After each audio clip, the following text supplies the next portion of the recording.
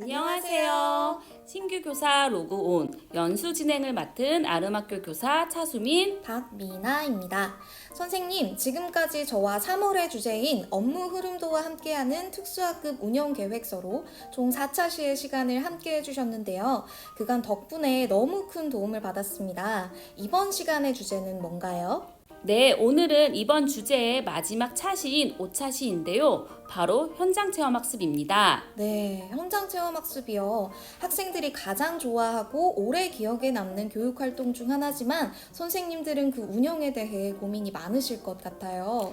맞습니다. 모두가 즐겁고 안전한 현장 체험 학습을 보내기 위해서는 챙겨야 할 것들이 많은데요. 제가 하나하나 자세히 설명드리도록 하겠습니다. 본 마이크로러닝 연수 시리즈에서는 경기교육과 함께 흘러가는 특수교사 한 해살이를 주제로 신규 특수교사에게 필요한 실질적인 업무 팁을 소개합니다. 화면에 보이는 1년 로드맵 중에서도 이번 시간은 3월 업무 흐름도와 함께하는 특수학급 운영 계획서 5번째 시간입니다. 네, 우선 선생님, 처음이다 보니 어떤 것을 어떻게 준비해야 하는지 막막한데요. 작성 시 참고할 만한 지침이나 문서가 있나요? 네, 선생님. 학기 초에 경기도 교육청에서 명확한 업무 절차를 안내하는 안전한 현장 체험 학습 운영 지침이 내려옵니다. 이 지침을 참고해서 현장 체험 학습을 준비하고 운영하면 되는데요. 오늘은 이 서류를 함께 확인하며 어떤 준비가 필요한지 하나하나 짚어보겠습니다. 참고로 오늘 내용은 숙박형이 아닌 1일형 현장 체험 학습을 기준으로 말씀드리는 점 참고 부탁드립니다. 네, 우선 현장 체험 학습을 가려면 다른 교육 활동과 마찬가지로 계획서가 필요하겠죠? 맞습니다. 가장 먼저 현장 체험 학습 기본 계획을 수립해야 하는데요. 이 계획서에는 소규모 체험 학습 운영 방안, 교육과정과 연계한 체험 중심의 교육활동 계획 등 화면에 보이는 사항들이 포함되어야 합니다. 이 중에서 특히 반드시 들어가야 할 내용이 있는데요. 바로 안전에 관한 사항입니다. 안전 관련 사항으로는 안전사고 발생 시 방문할 수 있는 인근 병원 목록 등을 포함한 현장 체험 학습 학생 안전대책, 안전교육 실시, 그 밖에 학교장이 안전을 위해 필요하다고 인정하는 사항 등을 기재해 주시면 됩니다. 그렇군요. 그런데 선생님, 전교생이 함께 가는 현장 체험 학습이 아닌 특수학급 학생들끼리 가는 현장 체험 학습의 경우 학사 일정을 고려하는 것이 특히 중요할 것 같은데요. 이 부분에 대해서도 말씀해 주실 수 있나요? 그럼요. 사전에 원적 학급, 즉 일반 학급의 학사 일정을 확인하여 창의적 체험활동, 자유학기, 고교 학점제 등과 일정이 겹치지 않도록 해야 하고 혹시 일정이 겹칠 경우 생활기록부 작성을 유의해야 합니다. 만일 일반 학급에 참여하지 않고 특수학급 현장 체험 학습에 참여할 경우에는 우리 일반 학급, 즉 원적 학급 담임 선생님이 출석 인정 결석으로 해당 학생의 출결 사항을 입력해야 합니다. 출결의 경우 학교생활 기록부 기재 요령 52쪽과 61쪽을 참고하면 출석 인정으로 처리하는 경우와 지각, 조퇴, 결과로 처리하는 경우가 나와 있습니다. 특수학급 현장 체험학습은 특수학급 교육과정 수립 계획에 따라 시행되기에 출석 인정 결석으로 처리해야 합니다. 네, 이 부분은 많은 선생님들께서 놓치기 쉬운 부분인 것 같습니다. 꼭 기억해 둬야겠네요. 이어서 현장 체험 학습 장소를 계획할 때의 팁도 전해 주실 수 있으실까요? 네, 우선 현장 체험 학습 장소를 결정할 때는 교육의 3주체인 교사, 학부모, 학생의 의견을 모두 들어보는 것이 좋은데요. 특히 학부모의 의견은 다음과 같이 가정통신문 또는 이알림이 등의 소통 창구를 활용하여 수렴하는 것이 좋습니다. 또한 현장 체험 학습 역시 교육활동의 일부이기 때문에 내가 연계하고자 하는 교과의 성취 기준을 확인하고 이를 바탕으로 교육 과정상 근거를 세워 현장 체험 학습 계획을 수립할 수 있습니다.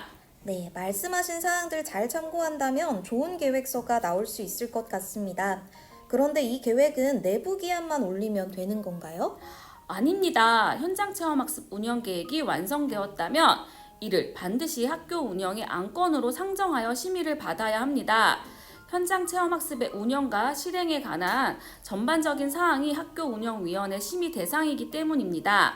심의안의 경우에는 지금 보여드리는 예시와 같이 일정 및 비용, 장소, 활동 내용, 안전 담당자, 그리고 인솔자, 안전 수칙 등 현장 체험학습 전반에 대한 사항을 적어주시면 됩니다. 네, 그렇군요. 그럼 이렇게 계획이 완성되면 일정대로 떠나면 될까요? 그렇지 않습니다. 현장 체험 실시 전에는 교사가 미리 현장 답사를 다녀와야 합니다. 본래 1일형 현장 체험 학습의 경우 학교장이 안전 대책이 확보되었다고 판단할 경우 현장 답사 생략이 가능하나 고위험 활동은 생략이 불가하고 특히 특수교육 대상 학생의 경우에는 장애인 편의시설 및 안전과 관련된 환경을 미리 체크해 볼 필요가 있기 때문에 답사를 다녀오는 것이 좋습니다. 답사를 다녀오실 때는 지금 보여드리는 현장 답사 체크리스트를 참고하시면 됩니다. 그러고 보니 특히 우리 학생들의 안전을 위해서는 꼭 현장 답사가 필요하겠네요. 다음으로는 무엇을 준비해야 할까요? 현장 체험 학습을 운영할 때에는 입장료, 점심 식비 등 소정의 경비가 발생합니다. 특수학급은 대부분 학급 내 예산을 활용하는 경우가 많습니다. 이 경비는 현장 체험 학습 전 미리 품위하여야 하고 이때 여행자 보험도 함께 가입을 해야 합니다. 여행자 보험의 경우 학교 행정실에 지정된 업체가 있는지 확인하고 보호자분들께 해당 사항을 자세히 설명드린 후 가입하면 됩니다. 지금 보여드리는 예시기함도 참고해 주시길 바랍니다. 더불어 특수교육 대상 학생 중 저소득층 학생은 현장 체험학습비를 지원받을 수 있는데요. 3월에 관련 공문이 내려오니 대상 학생을 미리 파악하여 행정실과 협력하여 이를 신청하고 12월에 결과 보고를 진행하면 됩니다. 그렇군요. 그렇다면 다음으로는 계획서 작성 시 기록했던 안전교육을 실시하면 될까요? 그렇습니다. 현장 체험 학습을 가기 위한 모든 준비를 완료했다면 마지막으로 안전교육을 실시해야 합니다. 안전교육을 할 때에는 교사가 사전 답사를 다녀온 기록을 바탕으로 일정, 동선, 활동 시 주의사항 등을 말씀해 주시는 것이 좋습니다. 경기교육 모아 사이트에 들어가면 현장 체험학습 안전교육 자료가 많이 마련되어 있습니다. 이를 활용하면 좋을 것 같아요. 그렇군요. 그럼 이제 정말 모든 준비가 끝난 것 같은데요. 맞나요?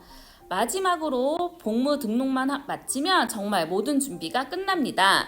인솔자에 대한 복무를 사전에 나이스로 등록해 주시고 그 이후 다녀오시면 됩니다. 네, 이렇게 모든 준비가 끝이 나는 거군요. 마지막으로 전체 절차를 한 번 더 정리해 주실 수 있을까요?